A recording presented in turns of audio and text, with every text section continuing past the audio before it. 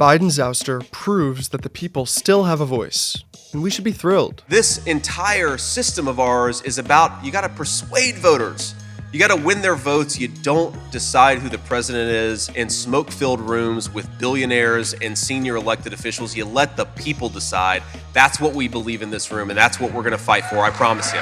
MAGA World's latest refrain is that Democratic Party elites have orchestrated a coup, that removing Joe Biden from the ticket and replacing him with Kamala Harris was fundamentally anti-democratic, that we're now living in a banana republic, reminiscent of the Soviet Union. Democracy is dead in the Democratic Party. The elitist coup led by Washington, D.C., Hollywood elitists, Democratic big money donors, it worked. Now, some of this feels a lot like griping from Trump supporters who would rather be running against Biden than Harris. But even an independent observer can surely see why Democratic primary voters who backed Biden might feel like they have been ignored. I'm very concerned that the events of the last few days have a resemblance to a coup that was engineered by special interest donors and also certain party leaders.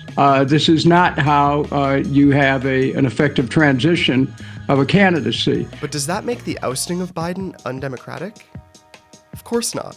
When the American people saw Joe Biden's disastrous debate performance, the country was outraged. Party elites had been caught in a cover-up, and they had to do something about it. So Nancy Pelosi and Barack Obama and the Democratic machine exerted pressure to push Biden out.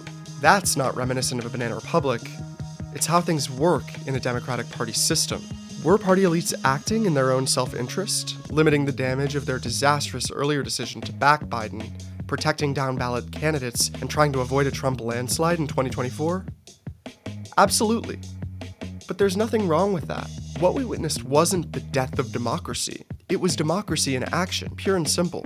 If the smoke-filled rooms that control the Democratic Party had had their way, Joe Biden would still be the nominee. But the American people wouldn't have it, and forced the party elites to listen. It turns out the gatekeepers have less power than they thought, and that is something worth celebrating.